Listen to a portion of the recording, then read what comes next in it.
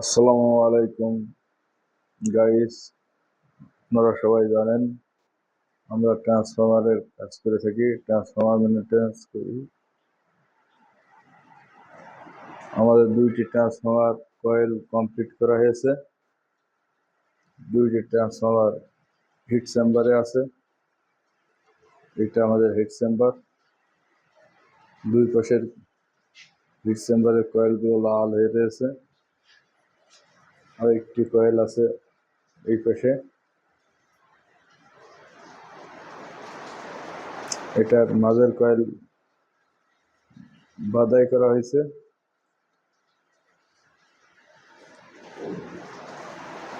আরেকটি ট্রান্সফরমার খোলা হয়েছে।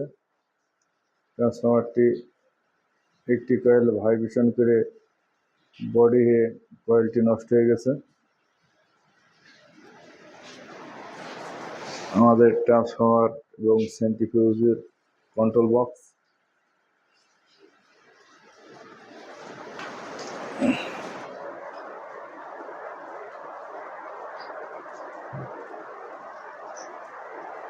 এই পাশে আমাদের তেল সেন্ট্রিফিউজ করা হচ্ছে।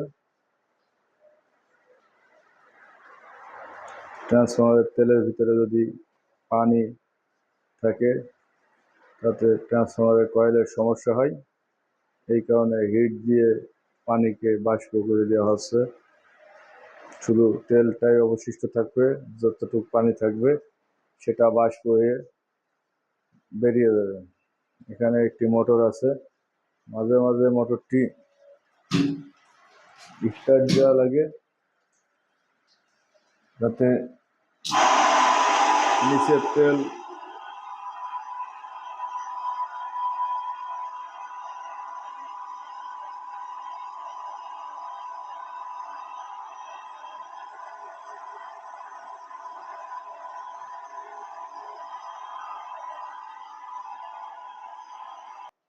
যাতে নিচের তেল উপরে আসে, উপরের তেল নিচে যায়, কারণ নিচের থেকে মোটর লাগিয়ে উপরে ঢালা হচ্ছে। সব সময় পানি নিচেই থাকে, তেল উপরে থাকে। আপনারা হয়তো জানেন। আমাদের ভিডিওগুলো দেখবেন, সাবস্ক্রাইব করে দেবেন চ্যানেলটি। আর কোনো তথ্য জানার থাকলে কমেন্টস করবেন। আল্লাহ হাফেজ।